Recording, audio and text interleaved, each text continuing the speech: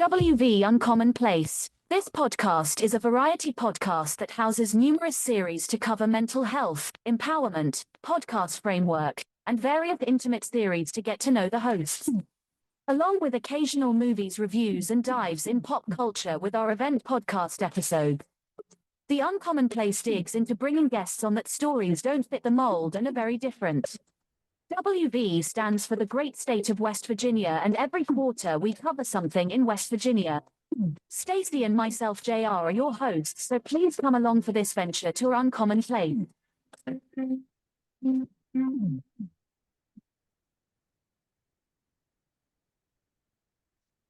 Greetings, everyone. This is JR. I am back, and for you people that don't know, my name is JR Sparrow. I'm sorry I didn't do the introduction right or proper. Here's the thing: we have issues.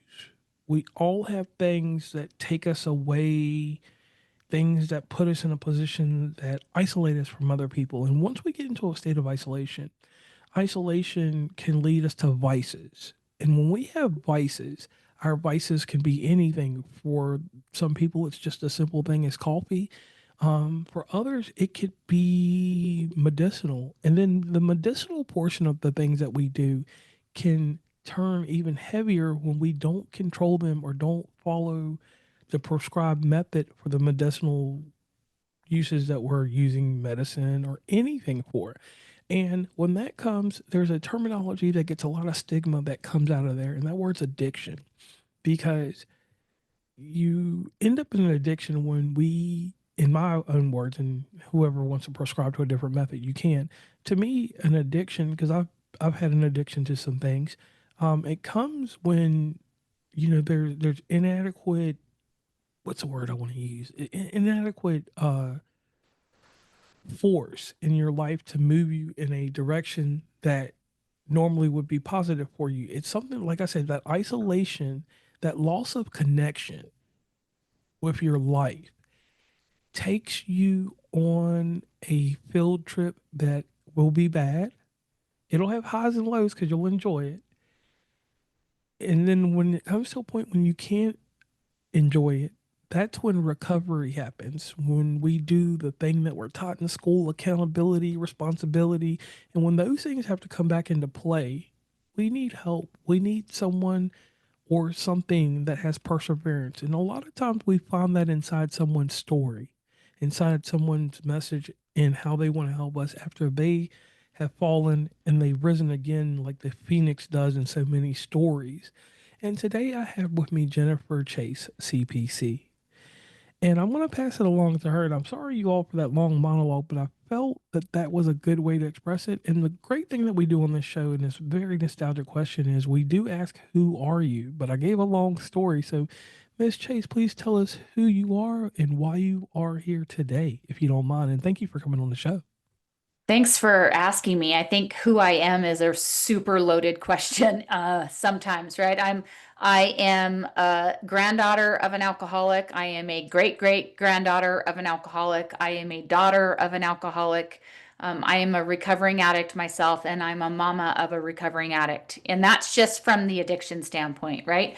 Who I am as an individual is somebody that holds an immense amount of compassion for people's suffering and experiences that leads them to substance to begin with. So, a little bit about myself. Like I said, I come from generations of addiction, and I think I would be amiss if I didn't share something that I'm not uniquely qualified to share, which is I am one of six. A statistic that says one out of every six girl and one out of every six boy that's kind of raised in that kind of addiction, generational addiction, is sexually abused. And I was sexually abused by my mother's dad. So not only did I have sort of the fabric of alcoholism, and in my home it was just normal, right? Like if we were at the lake, they were drinking by 9 o'clock. I don't remember a night in my whole life where my dad wasn't, relaxing with a drink. He was a pretty successful businessman, I grew up pretty affluently and had all the things from the outside looking in that would think that I had the charmed childhood, and yet what was happening behind the front door looked very different. Um, And there was a lot of things in my childhood. So I felt woefully underprotected by my mother. My dad was my guy, the one person I knew loved me, but he was super erratic, right? You never quite knew what you were going to get because of his alcoholism. And so when I was 29 years old and was diagnosed with a brain tumor that was, they had to go in and remove the tumor, but they caused some nerve damage when they did it. And so it started me on chronic pain, which then I was overprescribed,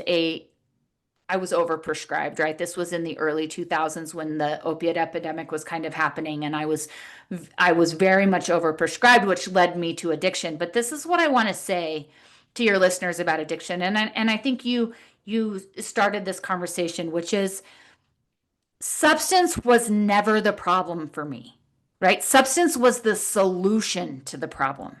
And I probably would have chose substance earlier, other than I was hellbound on not becoming an alcoholic because it is kind of what I had seen from the adults in my life. And so there was no way I was going to become an alcoholic. And so I kind of had removed myself from alcohol.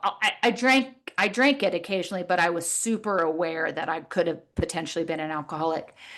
So when opiates were brought into my life, um, it was the solution to all of it, right? It was the solution to the shame that I experienced from being sexually abused as a child. It was the confusion of having my dad as an alcoholic. It was the that I felt woefully underprotected by my mom, and that my siblings didn't really like me.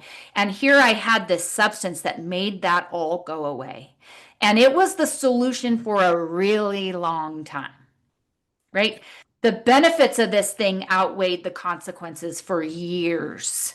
And I think that if you have an addicted loved one and you're not an addict yourself and you don't understand what it's like to be in this brain, I think that that's one of the messages that I want to send out. The stigma that gets broken is that, look, this thing, I didn't become an addict because I wanted to like ruin the relationships or take my life down financially or right or deal with the struggles of potential homelessness or whatever people get into. I did it because I was looking for a solution to the pain, the solution to the trauma. And it isn't until we understand that we can start helping people walk away from it. Okay, now let's go back to your childhood real quick because you said something. I was listening, and the one thing that came to my head was a Luther Vandross song, "A House Is Not a Home." Mm, And the reason that came to my head is because you said something about a normal aesthetic that me and you both kind of talked about. We both, middle class, yeah, come from a good upbringing, and people see that home. yeah, They don't know that we're really living in a house. And that's the hardest thing coming, and I got an episode about that. That's the hardest thing coming from the middle and not the bottom or the top. We're the ones that are left in the shuffle. And like you said, my mother, she's a good lady too. We trust our mothers, but we yeah, don't dive into our mothers like we would do our fathers, because our fathers are a trusted individual that we give the utmost trust to, because it's a sense of belonging. It's a sense of acceptance that we get. yeah. Now, in your childhood, was it a sense? When did you lose that sense of acceptance from your father? Do you think? Because the reason I'm asking that is because it seemed like there was like after you had your surgery, it seemed like you kind of like probably just moved along and you became a shell of who you were, because the medicine Yeah. obviously took you away from that person. So what point did you let me rephrase that.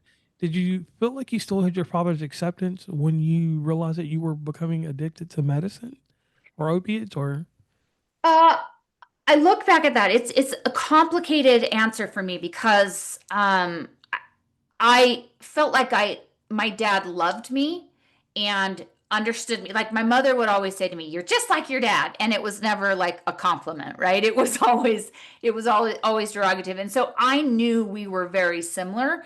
My dad knew we were very similar. There was a unspoken love between the two of us.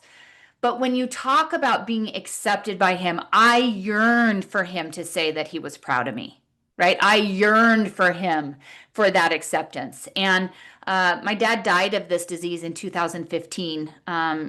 Before I actually got sober, I was still using when he died. And I'm not sure I ever felt that sense that, wow, my dad is super proud of me, right? I just always felt like there was one more thing that I could do, or one more way that I could make him proud of me. One more way that I needed to prove like I was his favorite. That was big for me. I was like, I need to prove that he loves me more than my sister and brother, which is insane, right? Like, I know as a parent, like I love my children differently, and he didn't love me more or better than the other two, but so I yearned for this. And I think part of that was the inconsistency that was my father, right? Some nights he would show up and he was my guy, and I would just follow him around and talk to him all the time and connect with him. And then another time he would come home and he would be drunk and angry, and sometimes abusive, in the sense of like verbally abusive or emotionally abusive, and even physically abusive at sometimes in my life. And so that was always a constant in my life. I was doing things not necessarily because they made me happy, but because I thought they would make my dad happy. The other dynamic is you talk about sort of a mother's love. Um, I don't know if any of your listeners can understand this, but my mother and I, still to this day, she's 81 years old and I'm 52 years old. We still don't communicate. Like, if she speaks Chinese, I speak German, right? We don't feel the same way. We don't communicate the same way. We don't think the same way. And as a child, I looked at her as a mirror of my unlovability. Oh, If my mother didn't connect with me, if my mother didn't protect me, if my mother didn't, quote, love me, then who is going to, right? I would look at these other relationships. If you're a child from trauma, you become very observant. And I would watch the world, and I would watch other relationships with moms, and mine wasn't like that. And so that relationship probably has been the most challenging and complicated relationship of my life.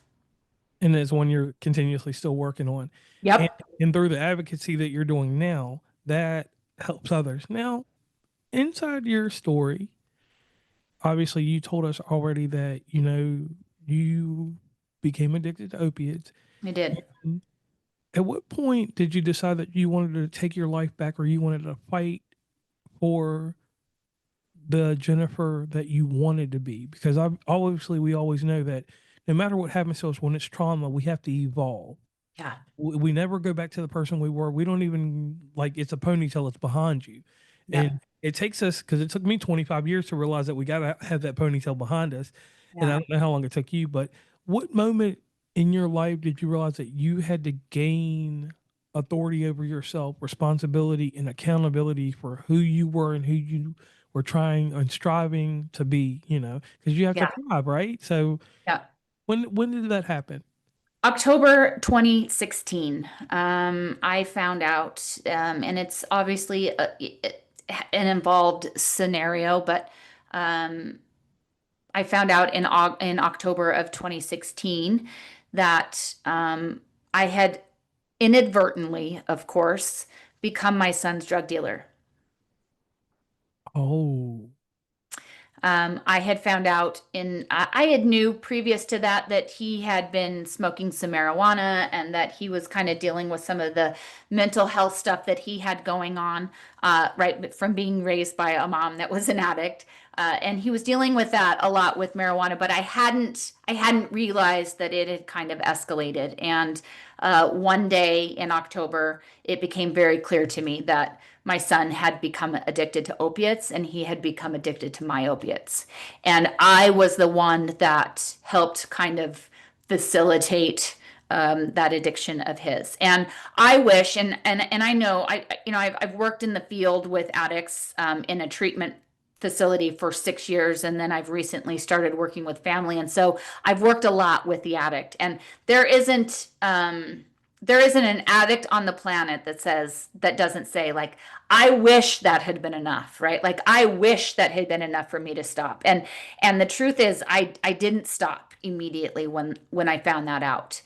It was another 9 months or so until I actually quit. But that is what started sort of the snowball down the hill of, my God, how did we get here? How did my life turn into this, right? I'd spent my whole early 20s and teens, like, I'm not going to be like my parents. I'm not going to be like all of the adults in my family. Like, I'm going to do it different. My kids are going to have a different life. And here I was with the reality that I had inadvertently been this person that was causing negative consequences in my son's life. So um, that was the reason. 9 months later, he graduated from high school, and the day after he graduated from high school, I checked myself into a facility. And even when I checked myself into that facility, the goal was, how do I start using like a gentle lady? How do I get so many drugs out of the house? Like, how do I have save my son without having to stop using? Because the benefits were largely, if you can even imagine, I just said that I had become my son's drug dealer, but somehow the benefits were still outweighing the consequences. Um, that sounds wild to somebody that doesn't understand addiction, right? Or what was going on in my brain. But so I checked myself into a facility, and I love when you started talking about connection and how addiction becomes so prevails when we have a broken or lack of connection. And what I found in that facility was I started to connect to other people, which was wild because I had become so isolated. I had such walls up throughout my life that I didn't really trust anybody or love really anybody wholly. So that was a new experience for me.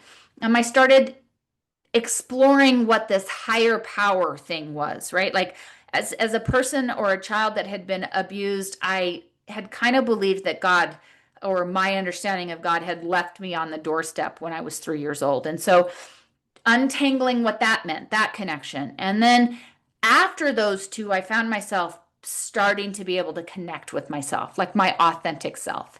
And so I walked into that place thinking, okay, I'm just going to figure out how to save my son. And I walked out realizing that the only way I was going to save my son was to save myself. And that was a proper manner there. Now, once you got to the point you entered into a facility and you made the connections, you started evolving there. Yeah. And in this process, and I know this personally, and I know a lot of people know this, there's a heartbreak inside of that. Yeah. Because the heartbreak that happens, and I'm going to ask you about this, is that the heartbreak, you got to go heartbreak, healing, transformation. So the heartbreak, how did you deal with that when you were in the facility? Because I'll give an example, and this is for the audience, and then we will let the amazing Jennifer take over for us. My heartbreak in life was I had a lady that I was in love with. She died, like gastric bypass surgery. She died. She was my fiance. So I went into a mourning process, right? And I didn't function properly. I went through the motions, and I had to actually deal with that heartbreak that someone that I invested all this time in just a short amount of time, was gone. Yeah. And from that point on, it's a little different. The healing process was a little bit longer, but the transformation is the person you see today. So explain to us how this all happened for you. Well, it's interesting. I'm a quote girl, right? My higher power speaks to me through quotes. And sometimes I hear a quote and it's just words, and other times it like penetrates my soul. And interesting, my favorite quote in the entire world kind of speaks to what you're speaking to. And the quote is by Joseph Campbell, and it's, "The cave you fear to enter holds the treasure you seek." And the treasure I was seeking which was like, was worth and value and love and connection, and the real treasure, right, that I had been seeking, that I had been using substance to try to find. I realized that it was inside of the cave, and the cave is where the heartbreak lays. The Yes. cave is where right? And I had to go in there and face the heartbreak in order to be able to learn the lessons required in order to walk back out and triumph from it. And so often in life, because inside of the cave is so hard, especially for those of us that use substance, I just was climbing over these rocks. If you can paint a picture with me, this cave being in this rock formation, and I'm climbing over the rocks going, where's this cave that you guys all talk about, right? Where's this treasure? I'm looking for this treasure and I can't find it, realizing that it was always going in it, right? And the heartbreak for me was the abuse, the sexual abuse, the feeling unprotected by my parents. But maybe even more than that, it was who I had become, right? Because the only thing that had been important to me growing up was that I did it differently, that I wasn't a version of all of these generations before me. And so the shame that I had that my life had ended up this way, that here I was in a locked facility where they came and put a flashlight in my eyes every 15 minutes to make sure I was awake, right? Like how we got here and the shame was required. That was one of the biggest heartbreaks of them all. And I'm so grateful I had very gifted people around me that were able to help me kind of navigate that and navigate the trauma and finally release it, right? And for me, releasing was forgiveness. Now, I got to say to your audience, like, I have forgiven people in my life that had absolutely no business being forgiven. I did it for me, right? I did it because they didn't deserve to have power over my life anymore. They didn't deserve to have the control that they had had for all of those years. And so forgiveness sometimes is a tricky word for people that have experienced some of the things that I've experienced because they didn't deserve it. But I didn't do it for them. I did it for me. Okay. And I thank you for that. And audience, that was a powerful moment inside this episode. That was probably the gem thus far in it. Now, one thing I'd like to do real quick is to tie this around to the old show. We do a shameless plug. Could you plug where everybody can meet and greet you across the internet, Jennifer, please? Oh, absolutely. So I am on TikTok at Jen Chase. My website is www.riseaddictionlc.com. I am on Facebook and Instagram. Jennifer Chase is on those. And that's where I have a connect with me option on my website where I love to get emails from folks and tell me your stories and see if there's any way that I might be able to help you guys as a family kind of untangle this thing called addiction. Okay, okay, I like that. Now, one thing that goes on in the world that people fail to realize inside of addiction is this one thing, the word dopamine. Yeah, Dopamine, it, it drives you to have certain habits. yeah, And once you're coming out of your addiction and you're into, because addiction never goes away, but when you're in yep, recovery, you learn ways to handle the dopamine driven habits. So, yep, how did you take care of your dopamine driven habits? Because the reason I'm asking this is because I have had a lot of people in my life, and not just because of being in West Virginia, but the opiate problem, yeah, somewhere around, I want to say like around 2006, just became incredibly crazy. Like numbers in a place called Huntington, West Virginia, had the most overdoses in the world yeah, in one day. yeah. And fentanyl has played a huge role in that. Yes, ma'am. And I Yeah, have seen people that can be structurally sound Monday through Friday. But just like remember when you and I were growing up, we used to have cell phone weekend minutes at yeah, 6 o'clock on Friday until yeah, 6 o'clock on Sunday. They are gone from the world and they function that way. yeah, And people encourage it by gaslighting them. And gaslighting to me is the worst trait that has been passed down to our generation. Gaslighting has been camouflaged so well that it takes like something for like this to happen to you to figure out where you were gaslighted and who gaslighted you and why you even accepted it. So going back real quick to the dopamine things, how did you handle all of your dopamine driven habits from being an addict to being a recovery? Well, and it's interesting. I talk a lot with clients about coping skills, right? And the only coping skill that I had was substance, but you can translate that into dopamine, which is the only way I knew how to deal with hard was the dopamine hit of substance. And so if I'm going to be successful being sober and being in recovery, then I've got to add things on. And as I'm removing the one coping skill I ever had, so I coping skill of like when life was good, I got high. When life was hard, I got high. When it was sad, I got high, right? Like I only had one coping skill. And so as I get sober and remove that, I have to add about 10 to that one, right? because that's the difference. This gives a little bit of dopamine. This one gives a little bit more. This one gives, and it's got to add up to what I was getting from substance, right? And you can label it however you want it. Like I said, I usually use coping skills. And so for me, I needed structures. One of the things about us addicts is we don't create, we need structure like we need oxygen, but we don't know how to create it for ourselves very well. That's oftentimes why people that struggle with substance actually are like, I'm just going to go commit a crime so I can go to jail, right? Because there's structure in jail. So I needed to be able to start creating that structure for myself. So I did little things like make my bed every day, not because it's like a huge hit, but because somebody told me to do it and it creates structure and structure helps me. But as far as dopamine, the things that I do is exercise. That's a very important one for me. Not too much because I'm an addict, right? And I got to be careful because sometimes I will, swing that pendulum over to anything if I do it. If 5 days is good, then 7 days has to be better, right? If 7 days is good, then I should be doing it 2 times a day. So I got to be careful. But so exercise, journaling is actually a huge help. Meditation is super helpful. And then there are areas that I have to create. So I have to create joy. I have to do things in my life that create joy. Um, there's oftentimes it's like, what sparks joy in your life? So the things that spark joy in my life are spending time with family. Sometimes music is a lot. So music can be a dopamine hit if you're listening to those sorts of things. So you've got to create, you have to be in charge of your own life rather than just be passive to it, which is the way that I became. I became very complicit and very passive with my substance use.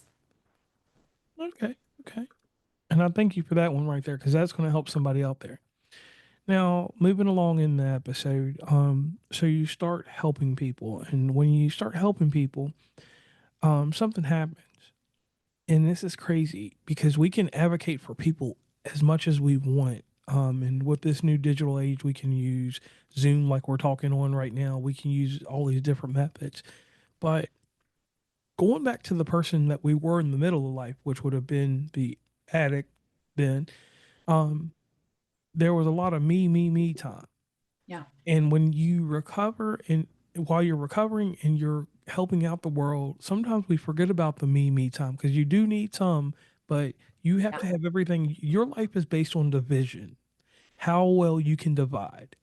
So, how do you balance the cup of water? Is it halfway full or is it halfway empty? Well, mine has to be halfway full if I'm gonna stay sober, right? Like I'm not that martyr girl that's like, I'm gonna do this regardless. Like if my life is miserable, I'm probably not gonna stay sober, right? Because I'm just shooting it straight. So my cup most of the time, and obviously I can't say all the time, but most of the time has to be half full. And the way that I'm able to do that is, principles that I learned early on in recovery, which are service, right? Getting out of the me place and helping somebody else. One of the most important tools for me has been gratitude. So when I'm feeling sorry for myself or something's really hard, like I've got to flip it and I've got to start thinking about something positive that's happening in my life. It's the yellow car theory, right? If you're thinking about yellow cars, you're going to see more yellow cars, right? If I'm thinking about gratitude and from a place of gratitude, I'm going to find opportunities in the world to see more gratitude. What I focus on expands. And I think these principles, it's the only thing that makes sense to me, right? It's helping other people. And like I said, I used to do it from the capacity of helping the addict, and now I'm doing it more from helping the family. But it's the only thing that makes sense of my life. It's the only way. Like I can't love my life today and not have some gratitude about what I walked through. It's impossible. Like somebody asked me once, like, you have one of two choices. The first choice is you can go back and have the childhood that you needed, right? The dad wasn't an alcoholic, you weren't abused, your mom protected you, all the things, perfect. Or you can have your life today because you can't have your life today if you hadn't walked through what you walked through. And so that alone creates gratitude. And that for me is why I constantly want to be helping other people to make sense, to put some value in some of the really hard things that I've walked through. Okay, and I appreciate that again because if you tell them that, that makes you more human than you probably possibly can believe because people know that you aren't invincible. You're Superwoman. We'll give you that. You're Yeah. Wonder Woman all day long. But when you take those things off your arms, whatever amulets off your arms, Yeah. you're human, and For sure. you know the issue of cause and effect, Yep. and you know the deal about a chain reaction, and that's the hardest thing to do. But to end this show, Miss Chase, I need you to do me and the audience a favor. Okay. We really appreciate you being on the show. We need your mission statement in life, but we need to go a little deeper. We need, you gave us a quote earlier, but we need your mantra. We need to know what you wake up to and how you fall asleep to it. That's what we need now. So, man, please take the floor and lead us out with that. It's interesting. It's pretty simple. It's two words. Perfection is not required. I found myself in life thinking, and I'm not talking about perfection as your house is clean, your clothes are so in your closet, right? I'm talking about the desire that I had to be perfect in order to be liked, loved, seen, valued, and heard. Right? I went through my life believing that I had to meet this level of perfection. Well, of course, we all know we're human and we're never going to reach that level of perfection. I had to start allowing the people around me to be not perfect. I had to start allowing them to make mistakes. I tell this story like if somebody walked into my kitchen and they broke a coffee cup and I lose my mind. And really all they did was accidentally drop it, then my expectation of them was perfect, that they needed to be perfect, right? Now, if they walked into my kitchen and threw the cup down and shattered it, then they're jerks and I get to be mad at them. But if I walk through this world and expect people to be perfect, then I am not only letting myself down and creating pain within myself, but I have to give them grace in order to give myself grace. And so I lay down every night and I wake up every morning with the idea that it's like, how can I go through this world today? I'm not perfect, right? I fall short time and time again, especially when I'm driving a car and somebody's going really slow in front of me, right? Like I fall short for sure. But the idea is that the legacy that I want to leave is that can we start seeing each other and allowing our humanness, allowing our authenticity, allowing us to be different from one another and still find value and still find love and still give grace. And my prayer is that I do that better today than I did it yesterday. And I thank you for that. And audience, circle around this one more time if you're watching it or if you're listening to it and take that portion right there that Miss Chase just gave you right there and hold that in your heart. Now, on to you, Miss Chase. Tenacity. That's something you got. The hardest thing to do in life and in the world is to wake up or to get up and look in the mirror. Mm. The mirror tells so many stories that only you and the mirror know. And when you accept the mirror, that's when change happened. So when you looked in the mirror one day inadvertently, next thing you know, life changed. It didn't happen in 1 hour, 30 minutes, or 2 days, or even in years. It happened over time. That evolution that I've talked about so much in this episode is you today. That's what's manifesting, what will keep manifesting. So, what I would like to pass along to you is this: the challenge in life is to not be perfect, correct?